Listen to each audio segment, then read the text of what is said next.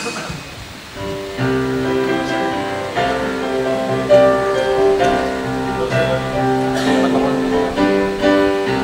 us go rejoicing to the house of the Lord.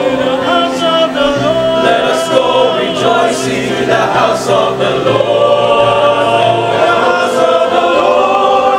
Let us go rejoicing to the house of the Lord. Let us go rejoicing to the house of the Lord.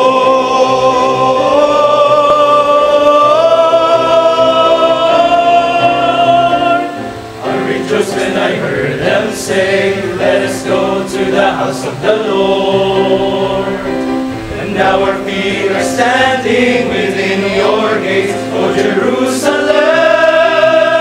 Jerusalem is a city built in unity and strength.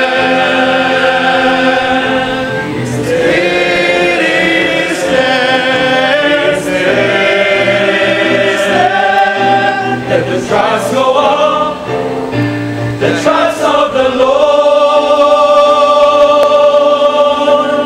Let us go rejoicing to the house of the Lord. Let us go rejoicing to the house of the Lord. Let us go rejoicing to the house of the Lord. Let us go rejoicing to the house of the Lord.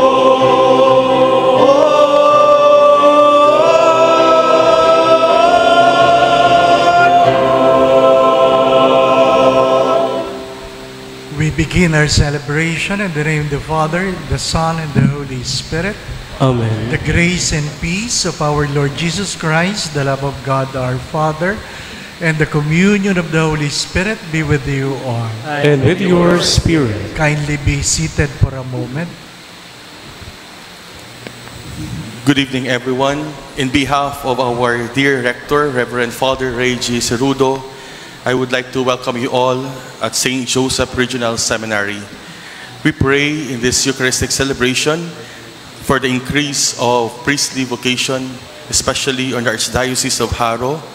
We also pray for our seminarians for their perseverance, for the priests also, not only in the Archdiocese, but for the entire world, that they be able also to listen and even to make a right choice every day in following God.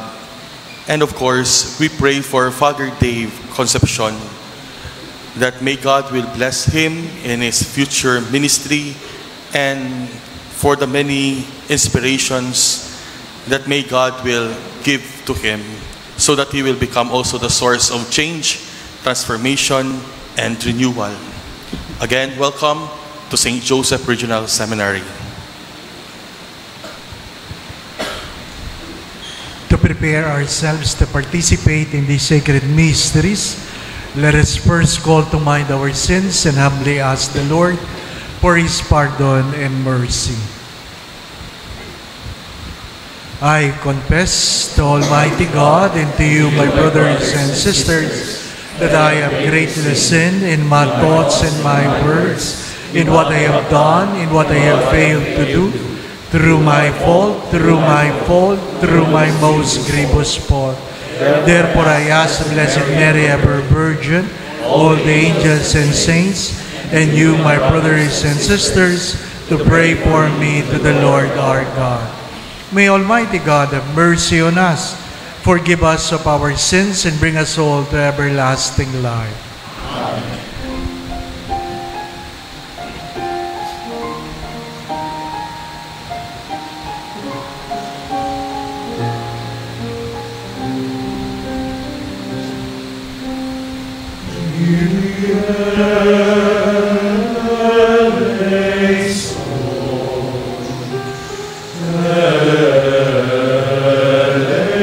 Eleison,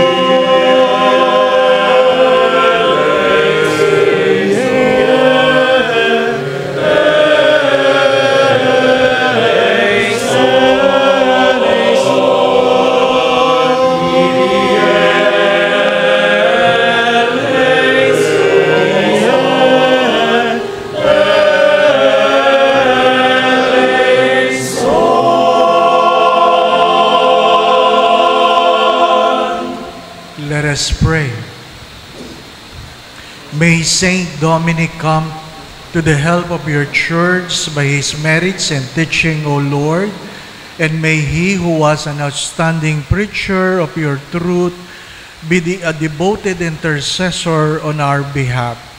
Through our Lord Jesus Christ, your Son, who lives and reigns with you in the unity of the Holy Spirit, God, forever and ever.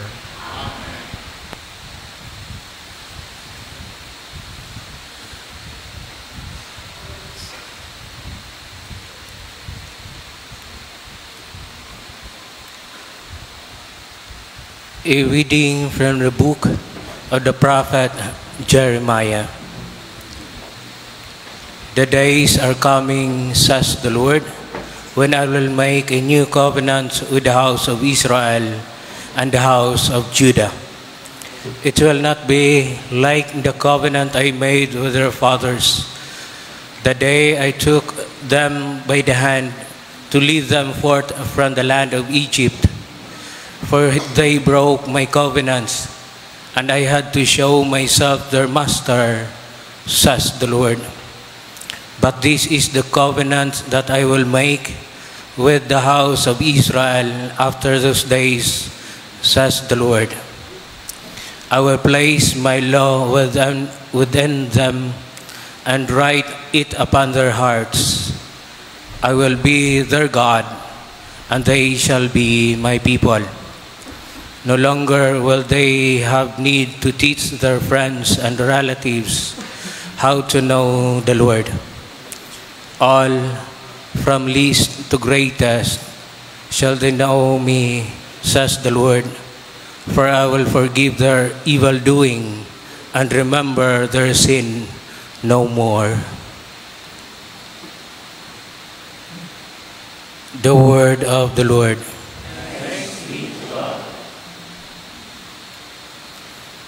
Create a clean heart in me, O God. A clean heart create for me, O God, and a steadfast spirit renew within me. Cast me not out from your presence, and your Holy Spirit take not from me. Create a clean heart in me, O God.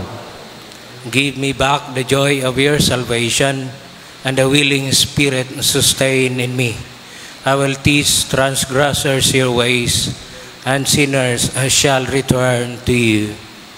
Create a clean heart in me, O God. For you are not pleased with sacrifices.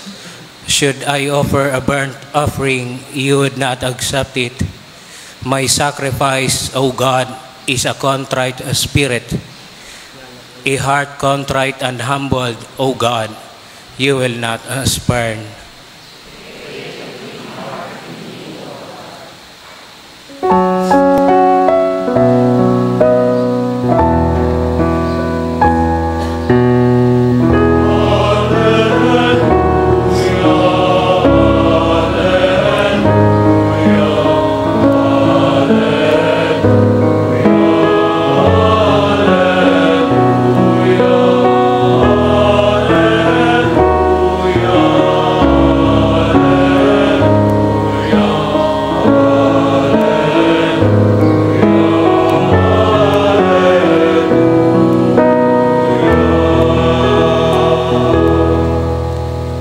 You are Peter, upon this rock I will build my church, and the gates of the netherworld shall not prevail against it.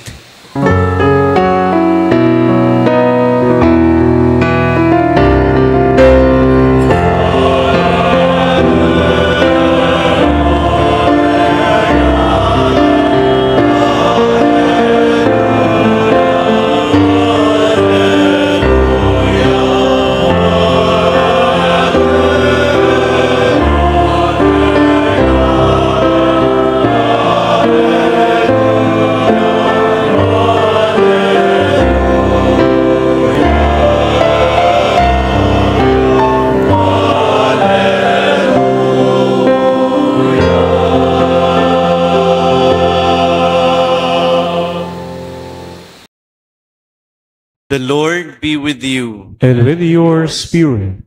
A reading from the Holy Gospel according to Matthew. Glory to you, O Lord.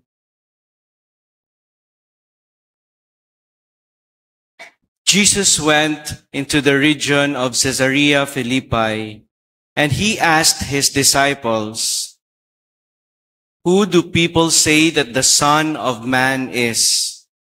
They replied, "Some say John the Baptist, others Elijah, still others Jeremiah or one of the prophets." He said to them, "But who do you say that I am?" Simon Peter said in reply, "You are the Christ, the Son of the living God." Jesus said to him in reply, "Blessed are you, Simon, son of Jonah, for flesh and blood has not revealed this to you, but my heavenly Father. And so I say to you, you are Peter, and upon this rock I will build my church, and the gates of the netherworld shall not prevail against it. I will give you the keys to the kingdom of heaven. Whatever you bind on earth shall be bound in heaven, and whatever you loose on earth shall be loosed in heaven." Then he strictly ordered his disciples to tell no one that he was the Christ. From that time on, Jesus began to show his disciples that he must go to Jerusalem and suffer greatly from the elders, the chief priests, and the scribes, and be killed, and on the third day be raised. Then Peter took Jesus aside and began to rebuke him. "God forbid, Lord, no such thing shall ever happen to you." He turned and said to Peter, "Get behind me, Satan. You are an obstacle to me. You are thinking not as God does, but as human beings do."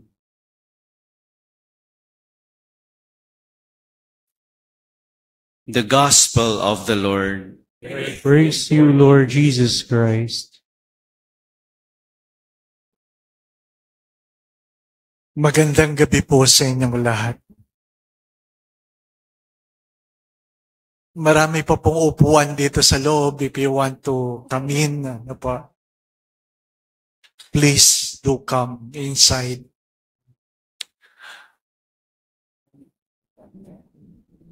Every time I will be out of Greenbelt, I have learned that I need to post where I'm going because people will keep on asking, "Where are you?" If they do not know where am I, some people will post, "Let us pray for the healing of Father Dave." Feeling nila, pag nawala ako, may sakit ako palagi. So I posted that I'm facilitating a retreat in the seminary.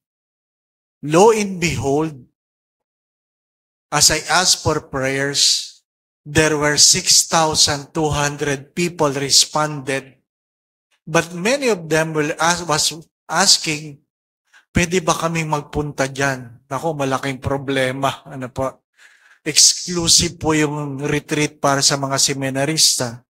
So I asked Father Nat if we can have a mass for open to the public, and gladly he said yes.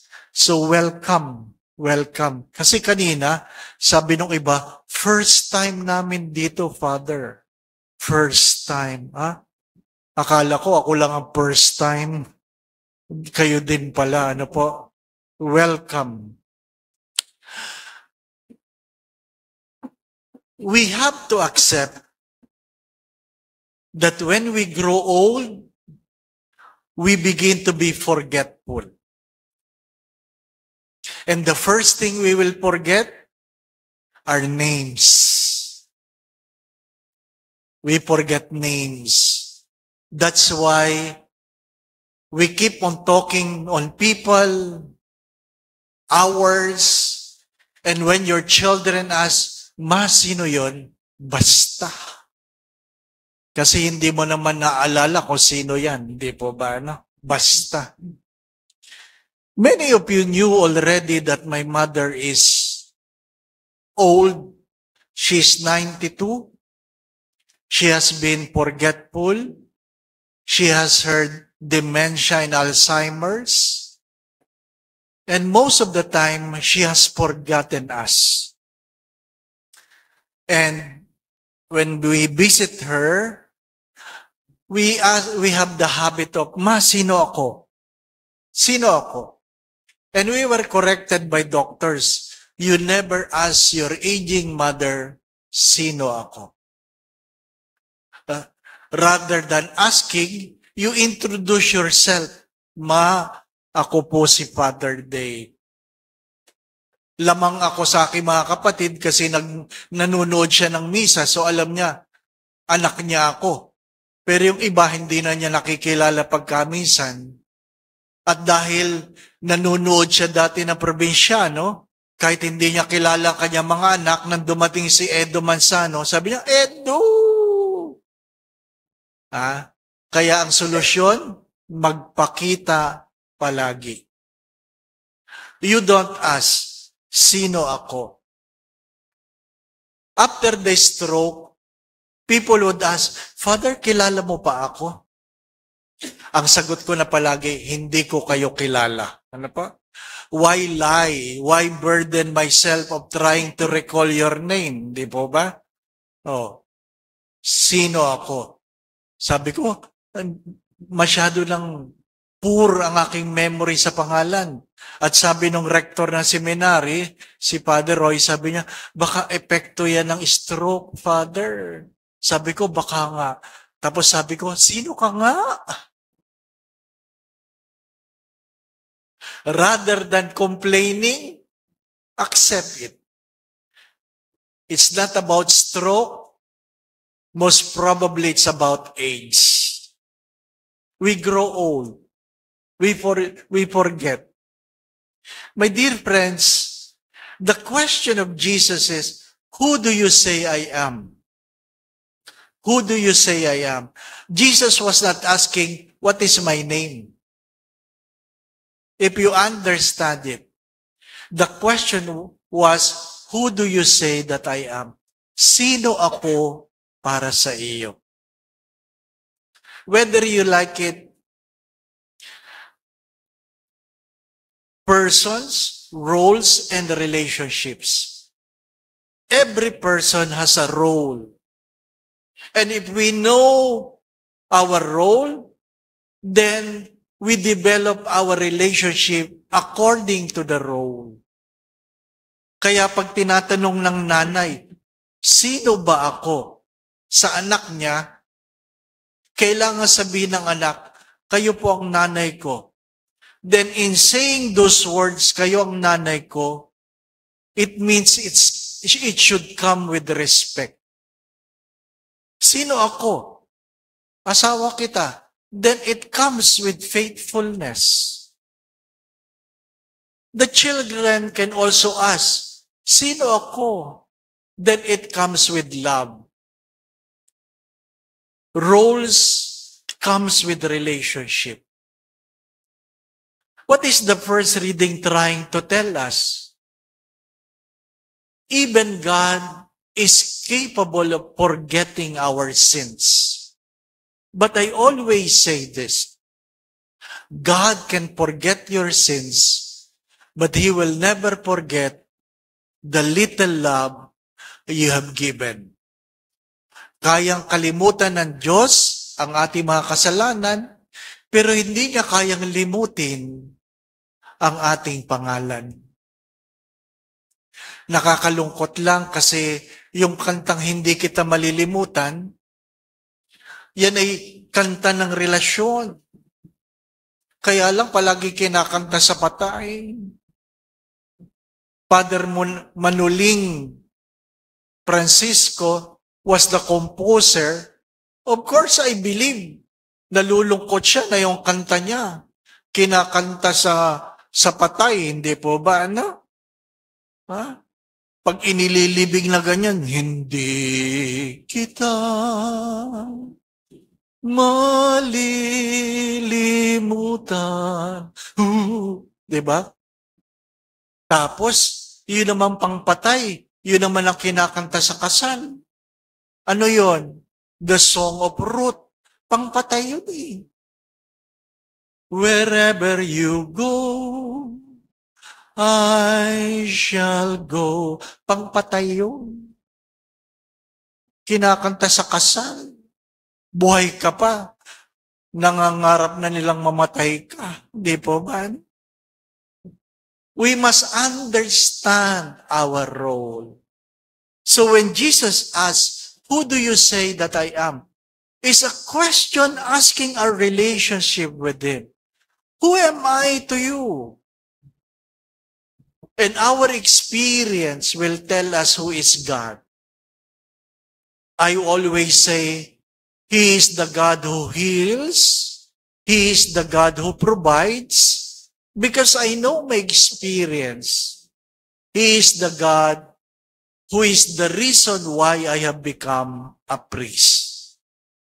Sino ang Diyos para sa inyo? We are here in the seminary. If we have listened carefully to the opening prayer, Saint Dominic asked that we help the church. We help the church. The least we can help the church financially. Ano po? But the best is to encourage your children to become a priest. I have to say that. Invite your children. Sino yung ini-invite? Yung matalino, yung gwapo, yan dapat ang pinagpapari. Di ba? Pag sinasabi ko, Nay, pwede magpari ang anak mo. Anong sagot palagi? Wag, Father, sayang. Bakit sayang? Pogi eh. Bakit? Bakit ba kami? Di ba? Ayaw niyo naman ng pangit na pari. Hindi po ba? Kaya ibigay niyo yung pogi. Para pag nagmimisa kayo, nagagandahan kayong magsimba. Hindi po ba?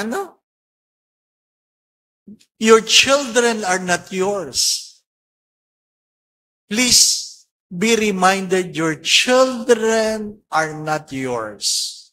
They belong to God. If you allow your children to become priests, what is the bonus? When you die, every day, Mass will be offered for you. Di ba? Father, kung kailan ba patay na ako, saka lang ako maalala? Ay, hindi naman. Di ba?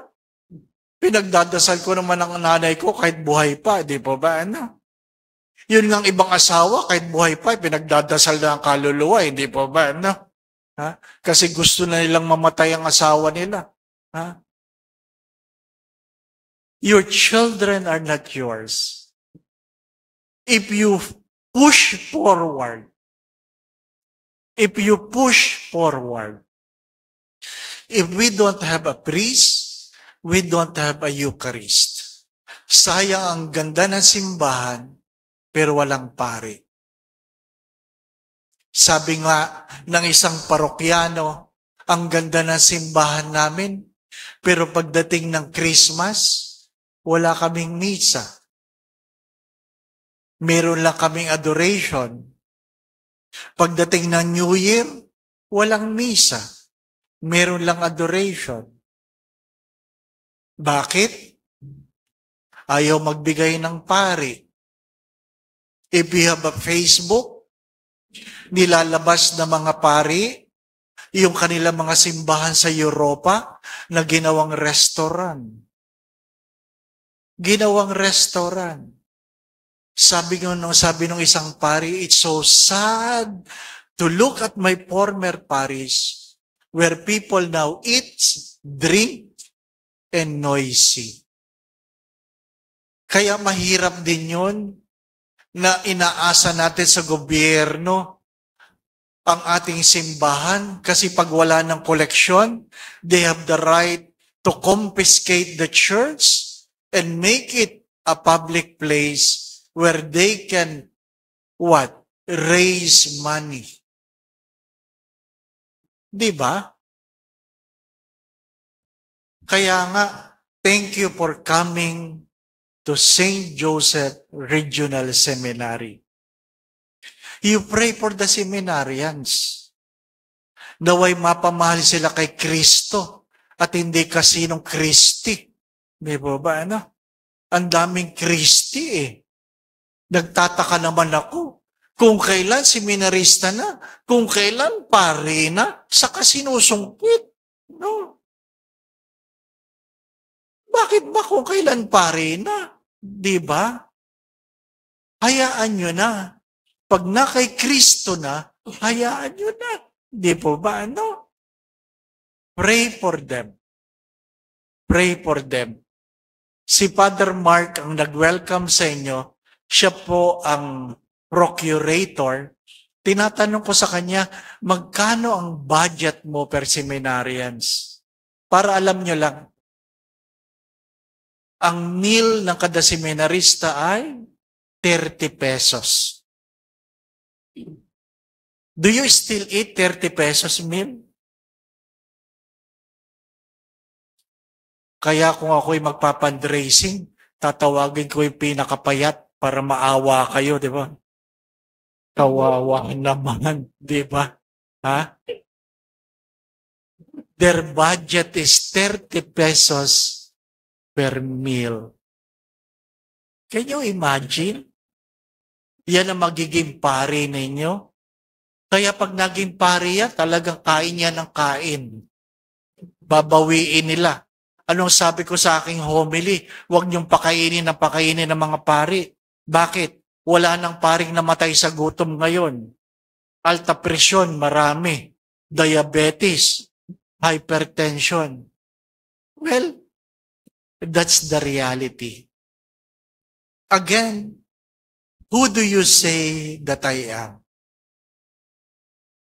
If you answer, you are my God, and I love you, Lord, perhaps Jesus would say, love my church. If you love me, love my church, love my seminarians, love my priest. I know some of you get discouraged that the one there's helping will not become a priest or they will go out. Don't worry. Don't worry. What you have given will always be given back to you.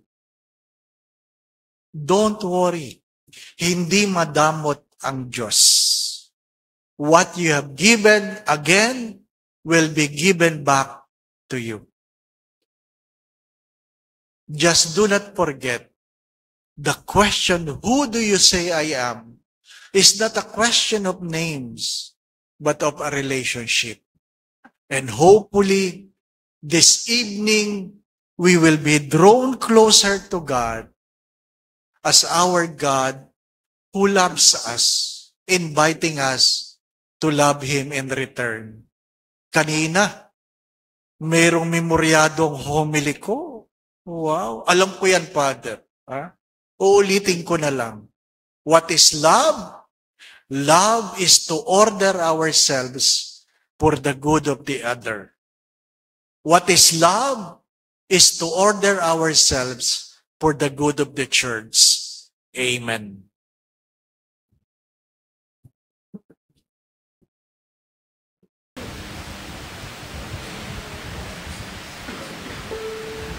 Peter was given the grace to confess Jesus as the Christ, the Son of the living God. But he must know that Jesus chose to be the Messiah who suffers. Let us confess the cross of Jesus as the power and the wisdom of God. And every petition, let our response be, Lord, let us be faithful to your church. Please repeat. Lord, let us be faithful to your church. May we remain faithful to the Church, founded by Christ on Peter and the Apostles, and given the authority to forgive sins. We pray. Lord, let us be faithful to your Church. May the Lord protect the Pope, the successor of Peter, with the strength and guidance of the Holy Spirit. We pray. Lord, let us faithful to the Church. May we see Jesus as the Messiah, who first must suffer before entering into his glory. We pray. Lord, let us be faithful to your Church. May we accept suffering and humiliation as path to glory, for Christ suffered for us, leaving us an example so that we might follow in his steps. We pray. Lord, let us be faithful to your Church. May we follow Jesus not only in good times, but also when hard times come, when the cross casts its shadow on us. We pray. Lord, let us be faithful to your Church. God, our loving Father, we will never understand Jesus as the Messiah without the cross, for it is not so much by his powerful deeds, but by his cross that he saved the world. Help us to embrace his cross, by which we attain salvation. All this we ask through the same Christ our Lord. Amen.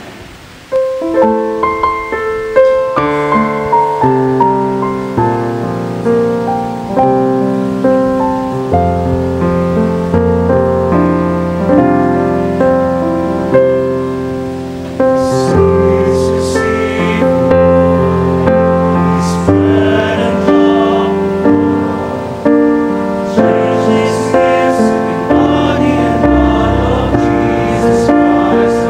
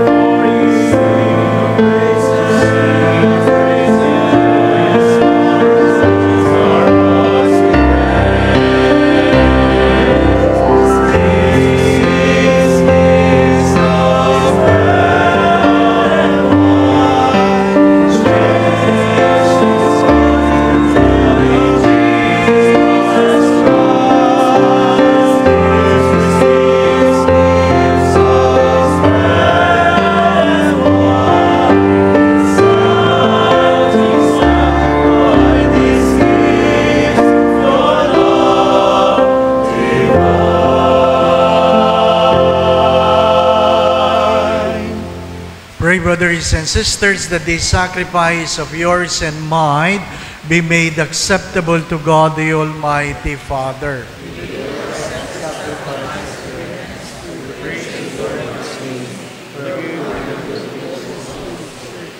Attend mercifully to the prayers we offer you, O Lord, by the intercession of Saint Dominic, and through the great power of his sacrifice, strengthened by the protection of your grace, those who champion the faith through Christ our Lord. Amen. The Lord be with you. And with your spirit. Lift up your hearts. We lift them up to the Lord. Let us give thanks to the Lord our God. It is right and just. It is truly right and just, our duty in our salvation, always and everywhere, to give you thanks, Lord, Holy Father, Almighty and eternal God, through Christ our Lord. For as on the festival of Saint Dominic you bid your church rejoice, so too you strengthen her by the example of his holy life. Teach her by his words of preaching, and keep her safe in answer to his prayers. And so with all the company of angels and saints, we sing them of your praise, as without end we acclaim.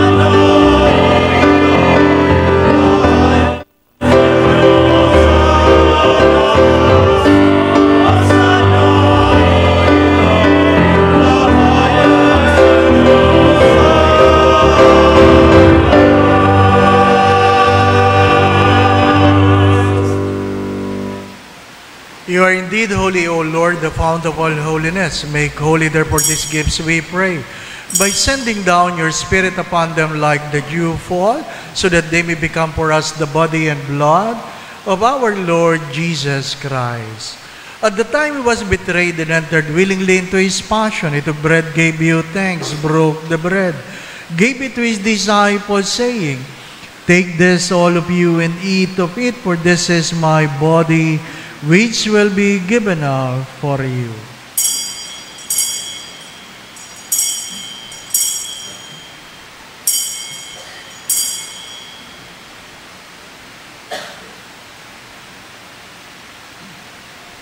In a similar way, when supper was ended, he took the chalice and once more gave you thanks, gave the chalice to his disciples, saying, Take this, all of you, and drink from it. For this is the chalice of my blood, the blood of the new and eternal covenant, which will be poured out for you and for many for the forgiveness of sins. Do this in memory of me.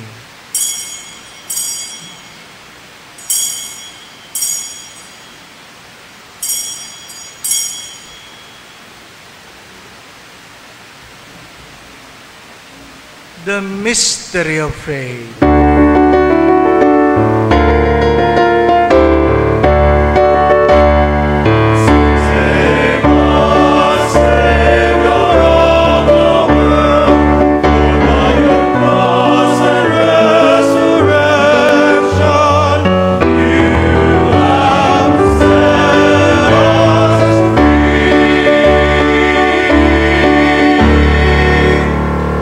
Therefore, as we celebrate the memorial of his death and resurrection, we offer you, Lord, the bread of life and the chalice of salvation, giving thanks that you have held us worthy to be in your presence and minister to you.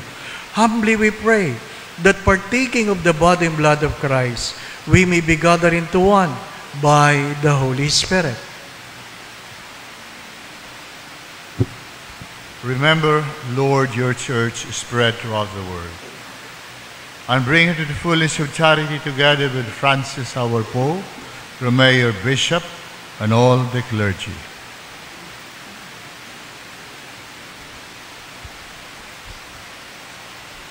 Remember also our brothers and sisters who have fallen asleep in the hope of the resurrection, and all those who have died in your mercy. Welcome them into the light of your face. Have mercy on us all, we pray, that with the Blessed Virgin Mary, Mother of God, with blessed Joseph, her spouse, with the blessed apostles, Saint Dominic, and all the saints who have pleased you throughout the ages, we may merit to be co-heirs to eternal life, and may praise and glorify you. Through your Son, Jesus Christ. Through him and with him and in him, O God, Almighty Father, in the unity of the Holy Spirit, all glory and honor is yours forever and ever.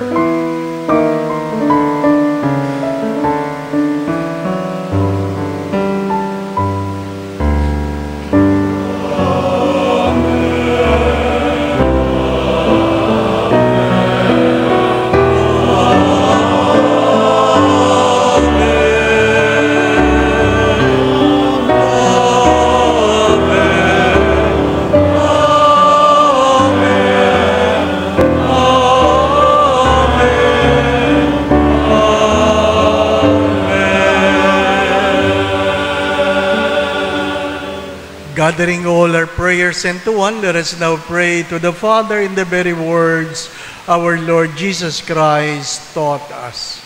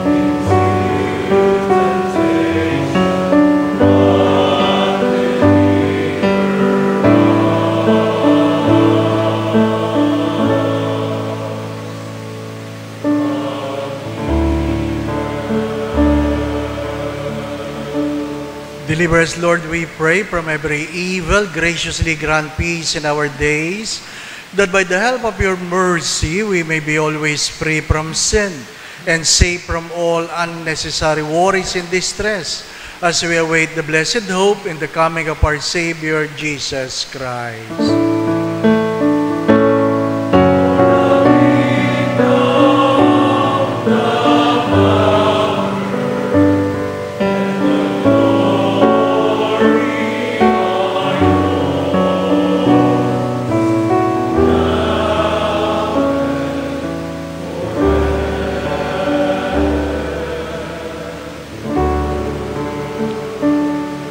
Lord Jesus Christ, who said to the apostles, "Peace I leave you, my peace I give you," kindly look not on our sins, but on the faith of your church, and graciously grant us peace within our hearts, peace in our mind, peace in our own homes, in our own families, peace in our workplace, peace here in our seminary, peace in our country and in the world, and grant unity in accordance with your will, who lives and reigns forever and ever.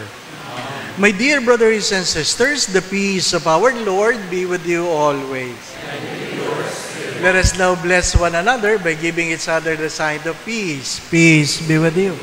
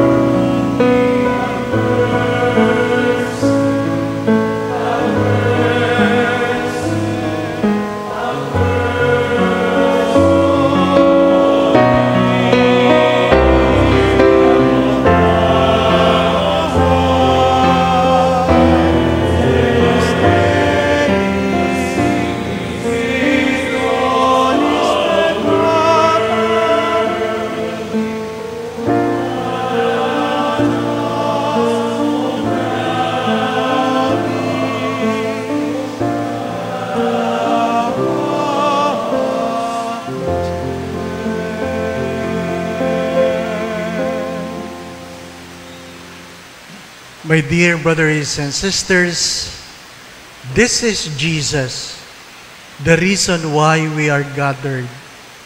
Let us behold Him, the Lamb of God, who takes away the sins of the world. Blessed are you who are invited to receive Him in Holy Communion.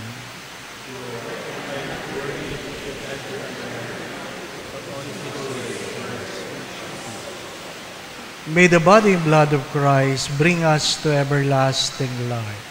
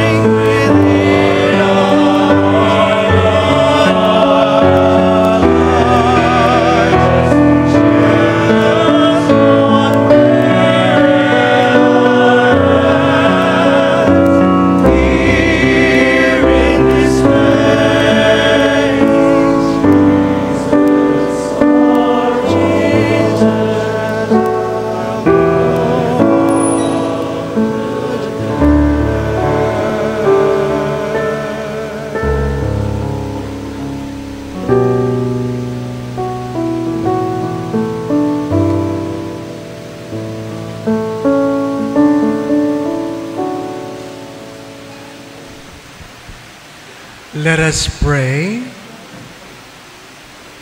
May your church, O Lord, receive with wholehearted reverence the power of this heavenly sacrament by which we have been nourished on the commemoration of Saint Dominic, and may your church, having flourished by means of his preaching, be helped through his intercession through Christ our Lord. Amen. Kindly be seated for a moment.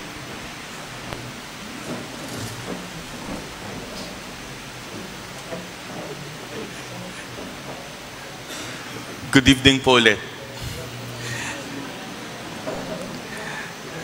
Father Dave, as we conclude this annual retreat, I want to express our deep gratitude for your exceptional guidance and unwavering support. Your profound insights and spiritual experience have profoundly enriched our journey and brought our seminarians closer to their calling. Your dedication and wisdom have left an indelible mark on our hearts and minds, inspiring us to strive for greater spiritual depth and understanding. We are truly blessed to have had this privilege of learning from you.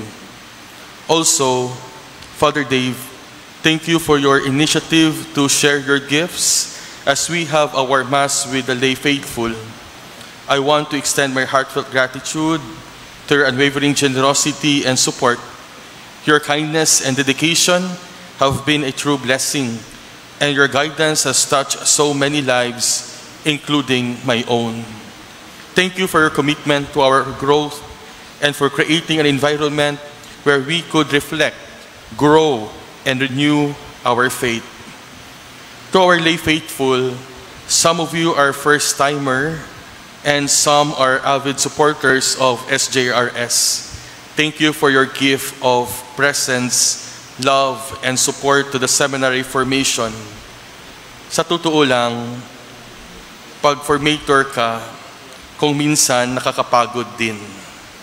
Especially in my role as procurator. But because of the assurances of you, our benefactors, our friends, we started actually with a year with a projected deficit almost 3 million, and by the grace of God, sobra. And thank you for that. Your presence today may not only fulfill your desire to see Father Dave, but I know you're here for a special commitment to priestly formation and vocation. Father Dave is an instrument of God to lead you here, and I thank you for that, Father. My dear brothers and sisters, we know that the support for the priestly formation is not only for priests, but the entire people of God. Ako, ikaw, at tayong lahat, part of this vocation, formation of our future priests. With heartfelt gratitude and appreciation, God bless you all, and I hope to see you soon in some activities of St. Joseph Regional Seminary. Amen.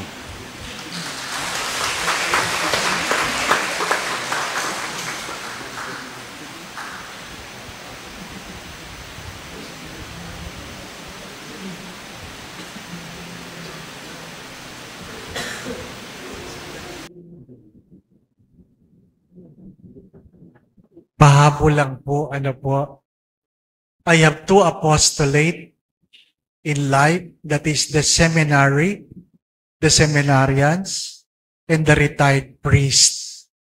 And people were asking, bakit yun ang iyong apostolate, Father? It is the seminary where I came from, the retired priest is where I am going. Ano pa? You have to love both. All that you have given tonight will go to the seminary. I will ask Father Mark to post the GCash of the seminary so that wherever you are, you can send your love offering for St. Joseph Regional Seminary. Ano po? Maraming salamat po. Ha? You have given me already so much. I have survived my stroke. because of your prayers. Ako na ito. Hindi pa, no? Sabi nung kanina iba, ay, siya po na. Ako na yan. Ano po?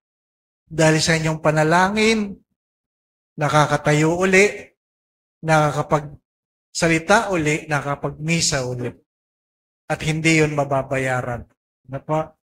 Again, my dear friends, my brothers and sisters, who do you say that I am? And you answer the question. Perhaps the other question, do you love me? The same question being asked to Peter. If you love me, love the church, love the priests, love the seminary. Love the church, love the priests, love the seminary. Let us all rise. The Lord be with you. Bow your heads and pray for God's blessing. Naway patuloy kayong ingatan ng Diyos, ilayo kayo ng Diyos sa lahat ng uri ng kapahamakan. Patuloy kayong pagkaluban ng kalakasan, kalusugan, at kung meron man sa inyo may karamdaman, naway pagkaluban kayo ng Diyos ng kagalingan. Gabayan kayo palagi sa inyong mga iniisip at ginagawa. Kung meron man kayong pinagdadaan ng suliranin o problema, tuwangan nawa kayo ng Diyos. Alisin ang inyong mga pagkatakot at pangamba. Dagdagan nawa ng Diyos ang inyong pananalig at pananampalataya sa Kanya. Nawa ang inyong kanya-kanya mga pamilya saan man naroroon ay pagharian ng Diyos ng pagmamahalan, pagkakaisa, pagkakasundo-sundo, kapayapaan, kasayahan, puspos ng pag-ibig at kasaganahan. Nawa po sa tulong at panalangin mga banal, lalong-lalo po ng mahal na Biren, gayon din ni San Jose, at ang santong pinagdiriwang natin ngayon si Saint Dominic. Kayo ang inyong pamilya ay kanyang pagpalain sa ngalan ng Ama at ng Anak at ng Espiritu Santo. Amen. We have celebrated the Eucharist. We go in peace to love and serve the Lord. Thanks be to God. Damong salamat.